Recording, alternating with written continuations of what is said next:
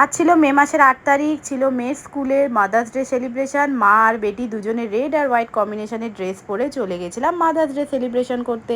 আর এই যে এখন চলে এসেছি আমরা স্কুলের সামনেই। তো সব ফ্রেন্ডদের সাথে মেয়ে দেখা করলো, আর তার মায়েরাও সুন্দর করে সবাই সেজে এসেছে। এখন দাঁড়িয়ে আছি রোদের মধ্যে স্কুলের বাইরে।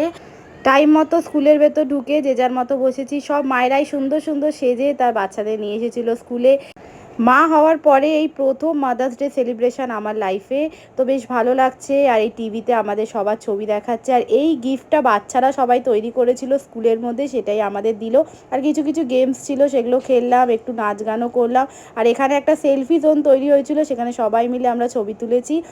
মাদার্স ডে সেলিব্রেশন হওয়ার পরই সামার ভ্যাকেশনের ছুটিও স্কুলে পড়ে গেছে। তো ডিরেক্ট মায়ের বাড়ি তারপর চলে এসেছি আমি। আর এই যে গিফটটা যেটা আমরা স্কুল থেকে পেয়েছি সেটাই বাড়িতে এসে দেখছিলাম।